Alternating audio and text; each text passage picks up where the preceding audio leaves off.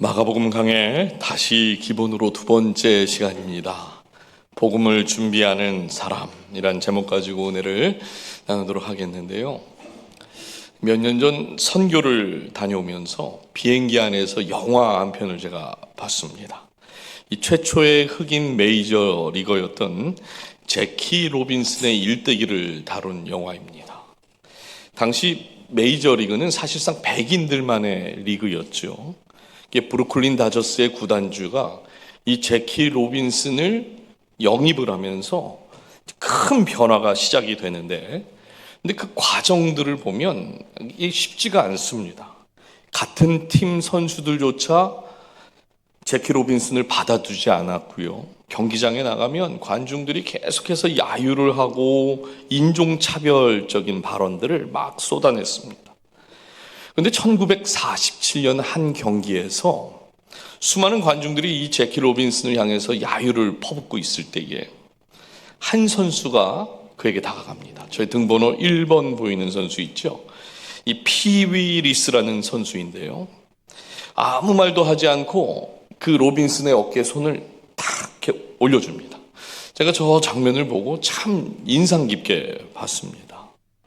아무도 그를 받아주지 않을 때, 모두가 등을 돌리고 인종차별적인 이야기를 할 때에 단 한 사람이 그의 편에 서준 거예요.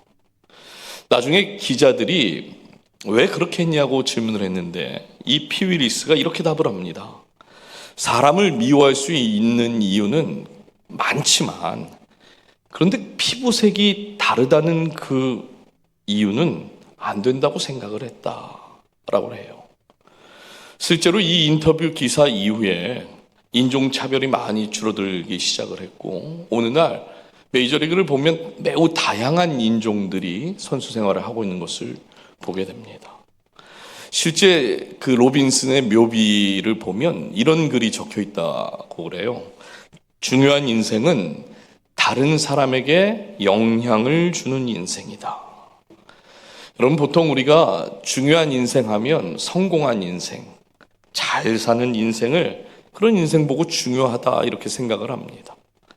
근데 성경은 단순히 누군가에게 그냥 영향만 주는 것이 아니라 한 사람을 하나님께 인도하고 복음을 위해 쓰임받는 인생이 중요한 인생이다 이렇게 말을 합니다. 우리가 지난주 마가복음에서 복음의 시작이 무엇인지를 살펴보았어요.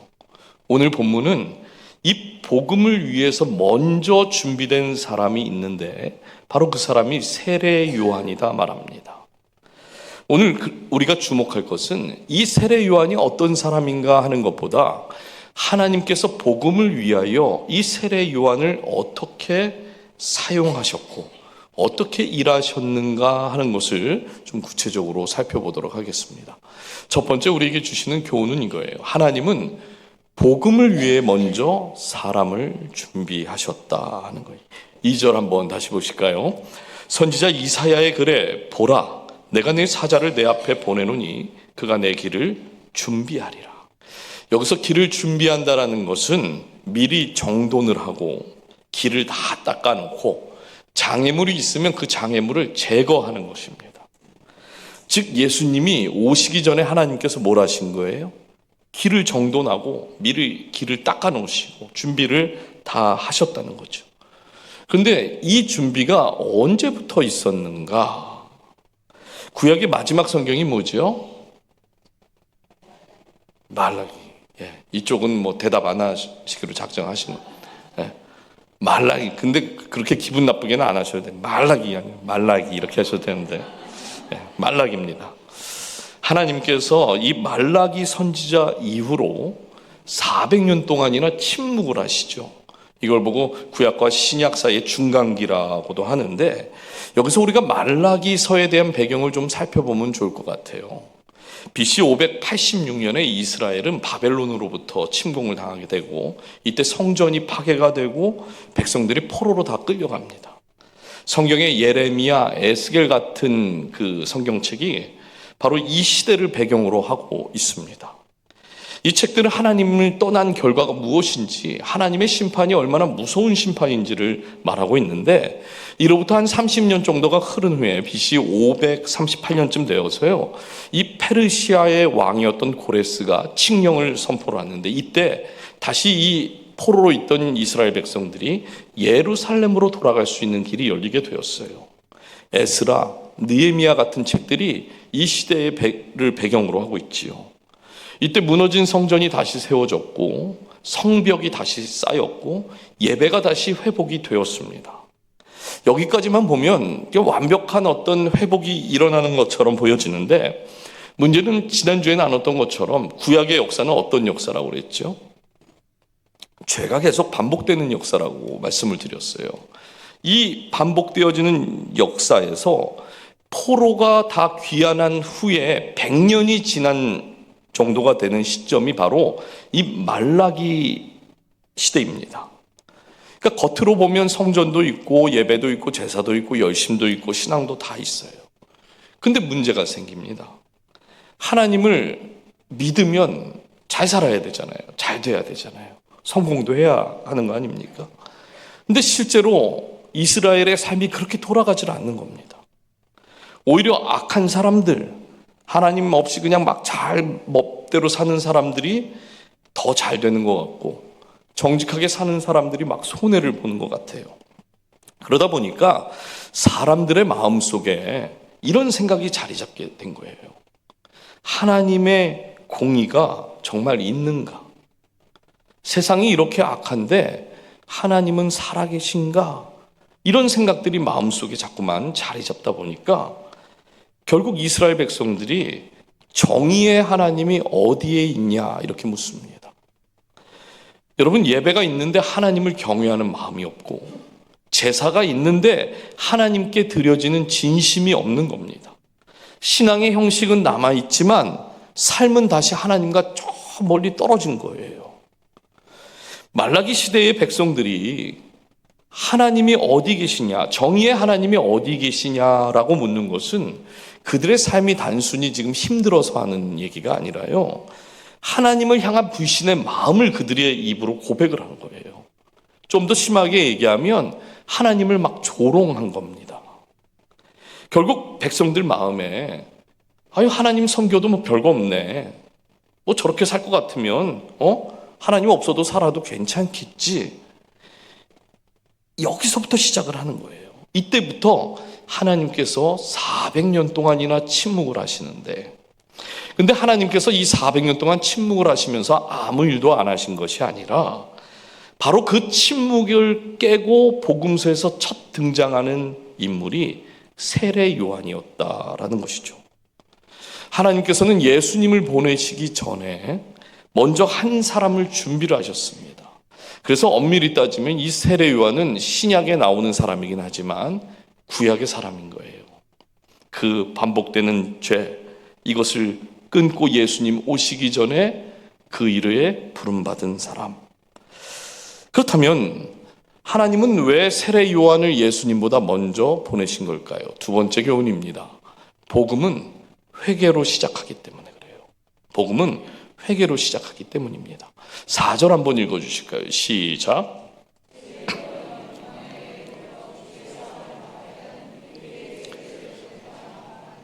세례 요한이 가장 먼저 외친 말이 회개하라입니다. 회개하라. 세례 요한이 이렇게 외친 이유를 우리가 또 말라기서에서 좀 찾아볼 수가 있는데, 말라기 시대의 가장 큰 문제는 자신이 죄인이라는 것을 모르는 거예요. 하나님을 떠났습니다. 하나님을 의지하지 않고 조롱하기까지 하면서 스스로는 괜찮다고 생각한 거예요. 하나님 없이 사는 사람들 보니까 그 사람들 더 잘 살고 있거든요. 근데 자기는 어때요? 하나님도 믿고 있고 도덕적으로 신앙적으로 좀 더 잘 살고 있는 것 같다. 예배도 드리죠. 제사도 드립니다. 아니, 죄를 지으면서 사는 저 사람들도 아무 일도 일어나지 않는데 그러면 우리가 더 나은 삶이 아니겠는가, 이렇게 생각한 거예요. 말씀을 준비하면서 우리 안에도 이렇게 동일한 일들이 일어나는 것을 보게 됩니다. 여러분, 부부 사이에 갈등이 생기면 어떻게 생각하세요? 부부 사이가 지금 사이가 안 좋아요. 그러면 내가 문제야. 내가 다 죄인이지. 이렇게 생각하시는 분 계십니까? 네, 다 똑같아요. 내가 반성할게. 내가 잘못했어, 여보. 이렇게 얘기하는 사람은 이미 훌륭한 사람이에요. 보통은 다 어떻게 말하죠? 나는 괜찮은데 당신이 문제라고. 이 손가락을 잘해야 돼요, 이렇게. 네? 나는 괜찮은데 내 아내가 문제고, 나는 괜찮은데 내 남편이 문제라고 생각을 하죠. 그러니까 내가 문제라고 생각을 잘 안 한다는 겁니다. 제가 76년생인데 우리 여기 계신 분들, 자녀들이 제 나이쯤 되신 분들이 있잖아요. 그러니까 제 나이대의 남편치고는 제가 가정에 아주 충실한 남편이라는 나름 자부심이 있는 사람이거든요, 제가. 그래서 제가 아내 보고 가끔 나만큼만 하라고 해. 이런 말을 종종 해요. 그 집도 좀 그러나 보죠. 네.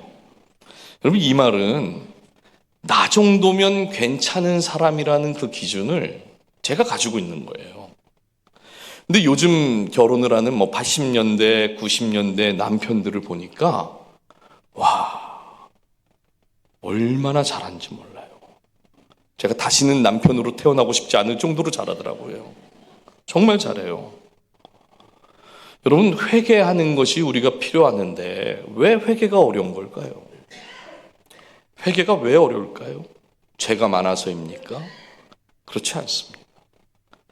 죄가 많아서 회개가 어려운 게 아니라 우리 스스로가 나는 괜찮다고 생각하기 때문에 어려운 거예요. 여기서 회개라는 단어는 단순히 내가 잘못했습니다 이 정도가 아니라 내 생각이 아예 바뀌는 겁니다. 삶의 방향이 바뀌고 삶의 기준이 아예 바뀌어서 하나님 쪽으로 돌아가는 걸 보고 회개라고 하지요. 다시 말하면 내가 맞다가 아니라 하나님이 맞습니다. 이렇게 바뀌는 게 회개라고 하는 것이에요. 여러분, 우리가 자주 착각하고 있는 것이 있습니다. 회개는 더 많이 잘못한 사람이 하는 게 회개다 이렇게 생각하는 거, 이거 큰 착각입니다. 근데 복음은 뭐라고 하는가? 더 잘못한 사람이 회개하는 게 아니라 오히려 하나님과 가까운 사람이 먼저 회개해야 한다 말하고 있어요. 예수님 당시에 바리새인 또 사두개인들을 보면 겉으로 볼 때 이 사람들은요, 당시에 가장 거룩한 사람들이었습니다. 세례 요한에게 사람들이 막 몰려오기 시작해요. 그런데 그 사람들 중에 일반 백성들만 있었던 게 아니라 바리새인 또 사두개인 같은 이 사회에서도 그렇고 종교적으로도 인정받았던 사람들이 세례 요한을 막 찾아오기 시작합니다. 마태복음 3장 7절 한번 읽어주십시오. 시작.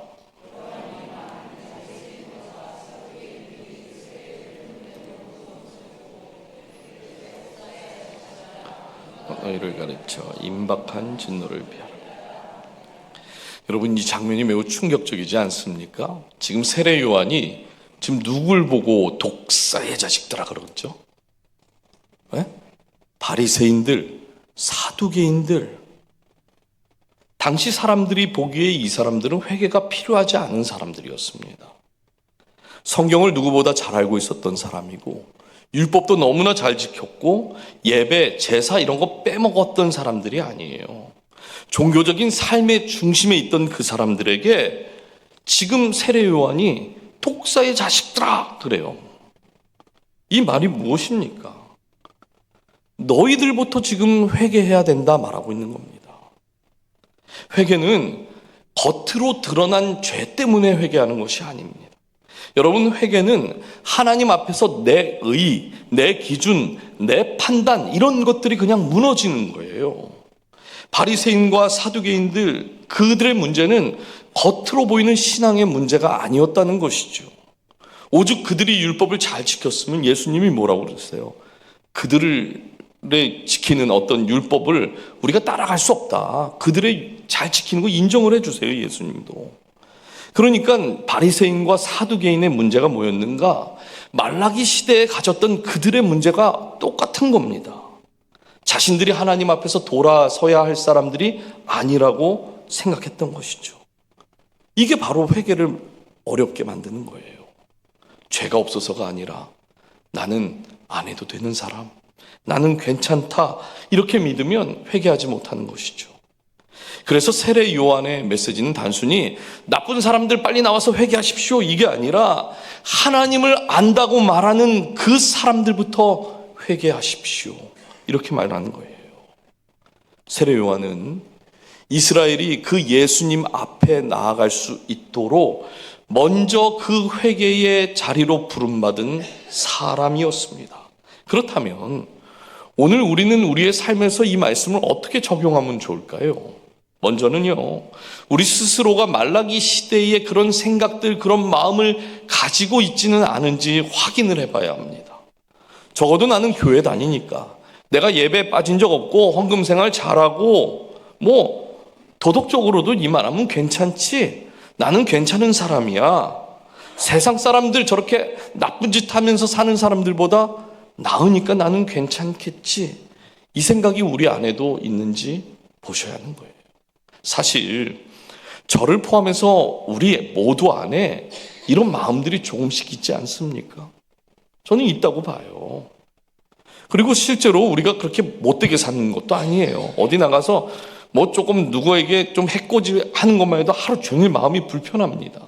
그러니까 도덕적으로도 신앙적으로도 세상 사람들보다 좀 더 높은 기준을 가지고 사는데, 그런데 문제는 이런 생각을 하게 되면 그 생각 자체가 회개를 막고 있는 거라는 겁니다.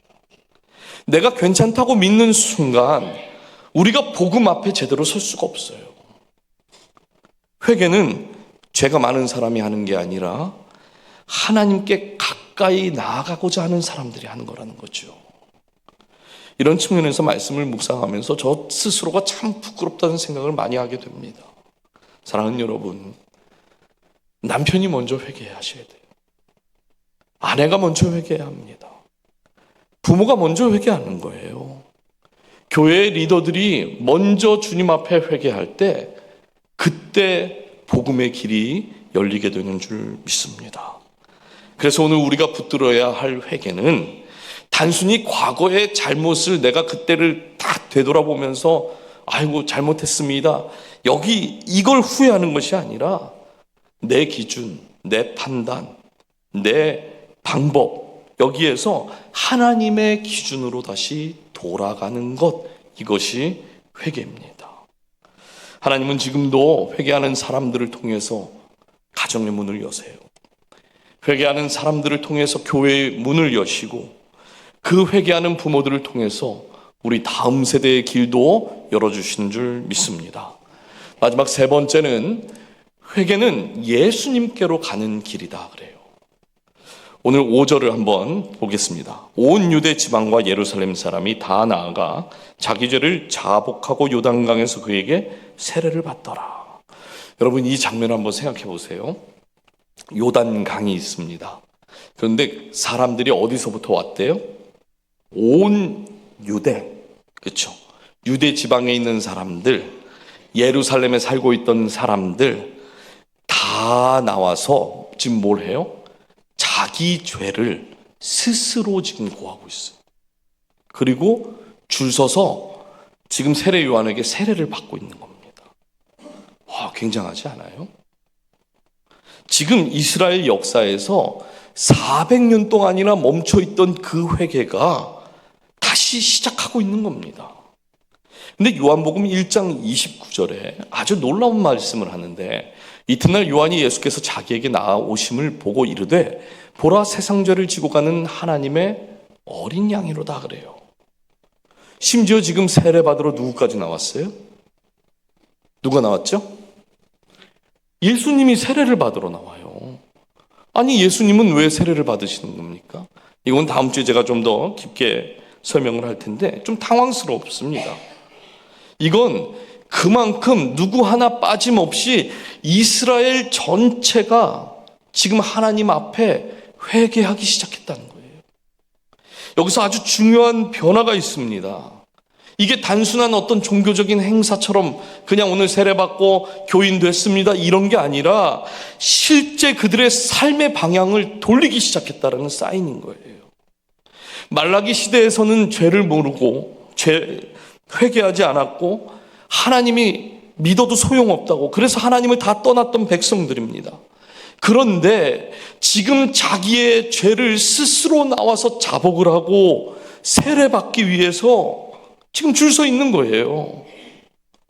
여러분, 세례 요한이 단순히 그냥 회개하십시오 이렇게 외친 사람입니까? 그렇지 않아요. 자신에게 지금 나온 그 사람들을 요한복음 1장 29절 보세요. 보라 그래요. 보라. 세례받는 사람들에게 보라. 세상 죄를 지고 가는 하나님의 어린 양이 저기 있다.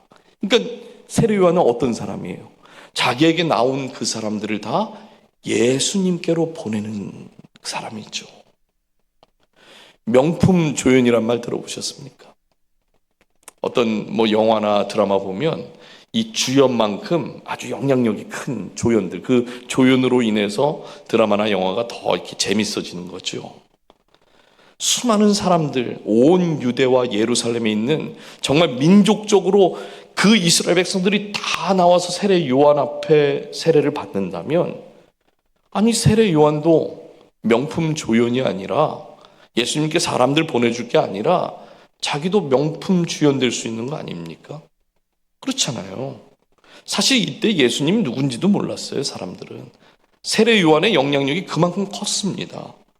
그런데 요한복음 1장에서 선포한 것처럼 세례 요한은 나를 보지 말라고, 저기 계신 저 예수님을 보라고, 세상 죄를 짊어지는 하나님의 어린 양을 너희들은 봐야 한다고 외칩니다. 여러분, 오늘 저와 여러분에게 주는 도전이 바로 이거예요. 제가 우리 목회자들에게 자주 이야기하는 게 있습니다. 우리의 만남이 보통 만남이 아니라고 얘기를 해요. 그러면 오늘 목사님이 무슨 일을 시키려나, 왜 저렇게 좋은 말을 하지, 막 이렇습니다. 하나님께서 수많은 교회가 있잖아요. 이 수많은 교회 속에서 같은 시대에 함께 동역하게 하신 것, 여러분 이것만큼 귀한 게 없는 겁니다. 그냥 우리가 제가 인터뷰하고 사람 뽑는 것 같지만 그렇지 않다는 거예요. 저는 정말 그렇게 믿거든요. 그러니 우리의 만남이 보통 만남이 아니라는 거죠. 마찬가지입니다. 여러분 옆에 계신 분들 한번 쓱 쳐다보세요. 한번 봐보세요. 이렇게. 그분과의 만남이 보통 귀한 만남이 아닌 거예요. 여러분의 배우자, 여러분의 자녀들, 여러분이 일하면서 만나는 분들, 비즈니스 하면서 만나게 하시는 그 분들, 한 교회에 모이게 하시고 함께 예배하고 사역하고 동역하게 하시는 그분들, 하나님께서 그냥 만나게 하신 거 아니라고 저는 믿습니다. 우리로 하여금 만나게 하신 그분들, 여러분 어디로 보내고 계십니까? 그런데 보라, 세상 죄를 지고 가는, 이렇게 말씀하세요. 나를 봐라, 이렇게 하십니까? 가정만 보면 알아요. 여러분 가정에서 아빠가 하는 말 잘 들어라, 엄마가 하는 말 잘 들어, 이렇게 하십니까? 아니면 예수님 앞에 함께 서려고 노력하십니까? 부모가 사랑하는 우리 자녀들에게 내 기준만 따라와라, 이렇게 하세요? 아니면 아빠의 삶을 통해서 예수님을 보길 바라는 그 마음 가지고 나아가십니까? 교회나 직장은 다를까요? 그렇지 않아요. 이미 우리의 삶에서는요, 지난주에 나눈 것처럼 이미 복음이 시작된 사람들입니다. 우리 안에 살아계신 그 예수님이 계시잖아요. 말씀의 주인 되신 그 예수님이 우리 안에 살아계시잖아요. 우리 안에 뭐가 있는 거예요? 제가 여러 번 말씀드렸는데 메시지가 있는 겁니다. 살아있는 메시지. 그래서 우리는 어딜 가든지 메신저가 되는 거예요. 그래서 세례 요한을 통해서 보여주신 그 하나님의 방식처럼 우리도 예수님께 사람들을 보내야 하는 사람들이라는 거죠. 그걸 위해서 우리는 부름 받은 겁니다. 그런데 이것이 가능하려면 우리의 삶에서 내 삶의 방식이 먼저 드러나는 거 안 되는 거예요. 내 기준대로 살라고 하는 것이 드러나면 안 되는 겁니다. 내 판단이 먼저 나오면 안 된다는 거죠. 우리의 삶을 통해서 예수 그리스도가 보여야 하는 거예요. 어디를 가든지 저 사람 예수님 믿는 사람이구나. 이게 보여야 한다는 거예요. 오늘 우리가 예배를 시작하면서 하나님 앞에 영광성을 올려드린 다음에 바로 한 게 뭐였죠? 기도했잖아요. 회개하는 기도를 했습니다. 여러분, 회개하는 거 지난 한 주간 동안 내가 요거 잘못했고 그것도 물론 있지만 하나님과의 그 방향이 아닌 다른 방향으로 서 있었다면 하나님 그 방향을 내가 다시 돌리겠습니다. 이 고백인 거예요. 그러니 이 회개하고 끝나는 것이 아니라 회개한 다음에 우리는 더욱더 예수님께로 나아가는 것이죠. 그래서 여러분, 회개는 방향입니다. 예수님께로 향하는 방향인 거예요. 예수님께로 가는 사람은 그래서 그냥 멈춰 있지 않습니다. 예수님께로 가는 사람은 이제 다른 사람을 예수님께로 인도할 줄 아는 사람인 줄 믿어요. 오늘 처음에 나왔던 이 제키 로빈슨, 많은 사람들이 실력이 아무리 좋아도 타석에 나올 때마다 사람들이 막 야유를 퍼붓고 막 인종차별적인 언어를 막 듣는다고 생각해 보십시오. 얼마나 힘들었을까요? 와, 내가 실력이 있어도, 내가 이렇게 잘해도 세상이 나를 인정 안 하는구나. 아니, 하나님 앞에서 다 똑같은 사람 아닌가? 충분히 우리가 그렇게 생각할 수 있잖아요. 그런데 모든 사람들이 등을 돌리고 그를 외면할 때 한 사람이 그 옆에 서줍니다. 아무 얘기도 안 했대요. 그냥 서서 어깨 동무는 할 수 있는 거 아닌가요? 그렇다고 우리 집사님들, 권사님들 어깨 동무 딱 하지 마시고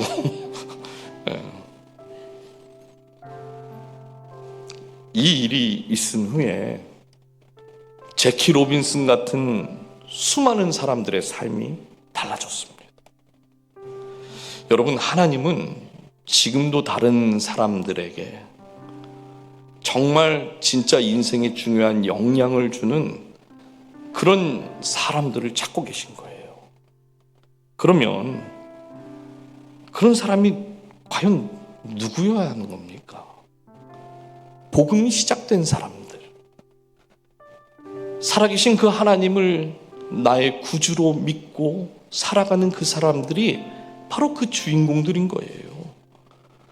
그래서 하나님께서 복음을 준비하시고 그 복음을 위하여 사람도 준비하시고 회개하는 사람도 준비하시고 그 사람들을 통해서 예수 그리스도께로 인도하고 복음의 길을 여셨습니다.